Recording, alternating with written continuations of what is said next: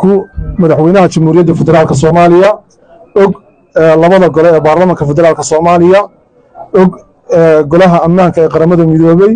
og xogayaha guud ee qaramada midoobay og gudoomiyaha midowga Afrika AU og xogayaha guud ee ururka jaamacadda Carabta og dawladda xubnaha ka ah urur goboleedka IGAD og safaaradda shisheeye ee ku sugan jamhuuriyadda federaalka Soomaaliya bayaanka Laascaanood waxa weeye taariikhdu waa 6 bishii February 2023 sida bulshada Soomaaliyeed iyo beesha caalamku la socdeen waxaa 15 sanadood ee la soo dhaafay ka jiray deegaanada SSC Khaatumo dhibaatooyin badan oo ka dhashay joogitaanka sharci darrada ah ee maamulka Somaliland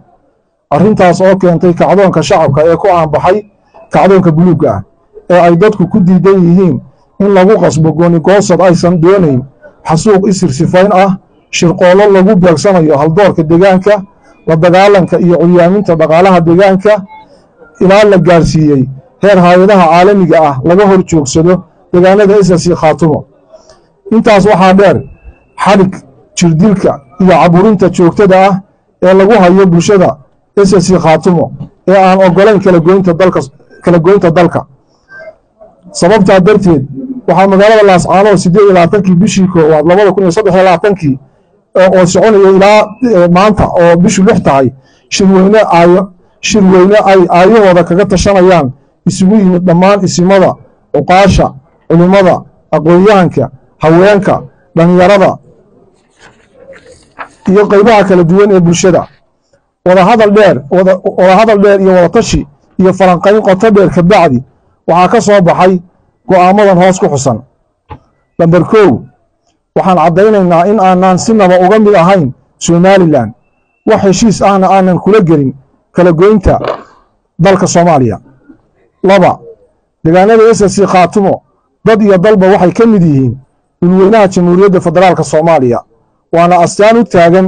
midnimada iyo wadajirka ummadda Soomaaliyeed number 3 shirweynaha beelaha SSC Khaatumo wuxuu cadaynayaa in deegaanada SSC Khaatumo lagu dhaqayo xeerka iyo dastuurka jamhuuriyadda federaalka Soomaaliya number 4 tan iyo inta la dhamaystirayo aayaka tashiga deegaanada SSC Khaatumo si waafaqsan qodobka 49aad ee dastuurka ku meelgaarka jamhuuriyadda federaalka Soomaaliya shirweynuhu wuxuu go'aansaday in deegaanada SSC Khaatumo si toos ah u tagto dawladda federaalka si waafaqsan qodobka 48aad farqadiisa labaad ee dastuurka ku meelgaarka jamhuuriyadda federaalka Soomaaliya number 5 waxaan cadaynaynaa in aanan ahayn argagixiso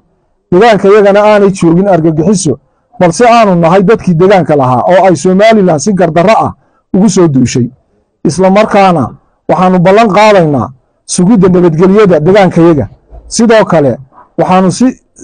sidoo kale waxaanu iskaashi buuxa oo amni la yeelanaynaa maamulada iyo deegaanada deriska ah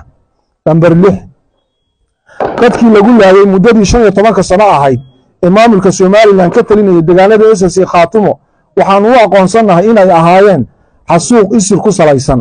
waxaana mas'uul ka ah maamulka Somaliland isla markaana waxaan cadaynaynaa in dilalka qorshaysan ay la bilaabeen imaatinka Somaliland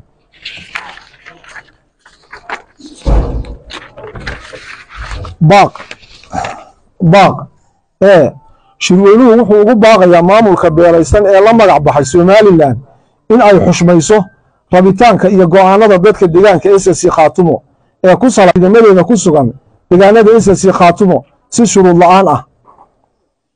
b waxaan ugu baaqaynaa isimada culimada uqaasha iyo dhammaan waxgaradka reer Sheekh Isaxaaq in ay ka qayb qaataan sida ay uga bixi lahaayeen ciidamada Somaliland deegaankayaga loogana baaqsan lahaa colaad iyo cadaawad dheeraata oo